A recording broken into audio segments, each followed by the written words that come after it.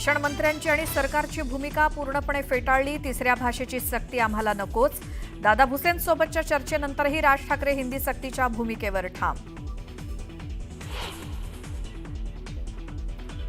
येत्या 6 जुलैला हिंदी सक्ती विरोधात मनसेचा मोर्चा। मुंबईतील गिरगाव चौपाटी ते आझाद मैदानापर्यंत मोर्चाचं आयोजन। मोर्चात कोण येतंय कोण नाही ते बघणार। राज ठाकरे हिंदी सक्तीच्या मुद्द्यावरती आक्रमक। हिंदी सक्तीच्या मुद्द्यावर दादा भुसे आणि राज ठाकरेंमधील चर्चा निष्फळ।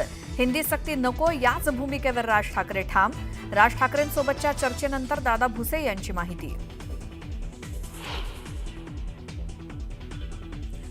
हिंदी सक्ती मागे घेत नाही तोपर्यंत आंदोलन सुरूच राहणार। हिंदी सक्ती विरोधात सर्वांनी एकत्र येणं गरजेचं।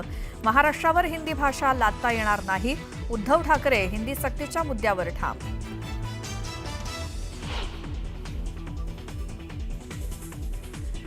भाजप आमदार बबनराव लोणीकरांची जीभ घसरली। तुझ्या बापाला पेरणीसाठी 6,000 रुपये मोदींनी दिले तर अंगावरील कपडे आणि चपलाही सरकारमुळेच। एका कार्यक्रमात बोलताना लोणीकर पुन्हा बरळले।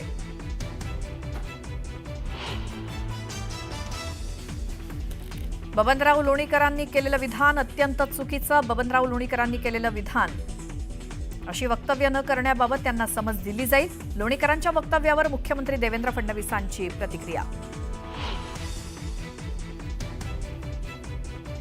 एकनाथ खडसेंकडनं भाजपच्या पक्षप्रवेशावरती पूर्णविराम। आता भाजपात जाण्याची इच्छा नाही।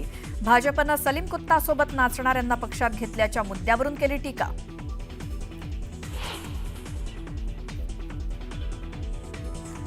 धाराशिवमध्ये शक्तीपीठ महामार्गाच्या मोजणीचा गोंधळ सुरू। सांबे गावात मोजणीसाठी आलेल्या अधिकाऱ्यांना शेतकऱ्यांनी अडवलं।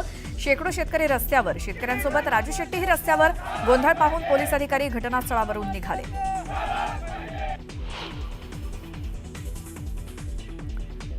हैदराबादमध्ये मद्यधुंद तरुणीनं थेट रेल्वे ट्रॅकवरती चालवली कार। शंकरपल्ली जवळच्या ट्रॅकवरती कार चालवल्याचा प्रकार कॅमेऱ्यात कैद।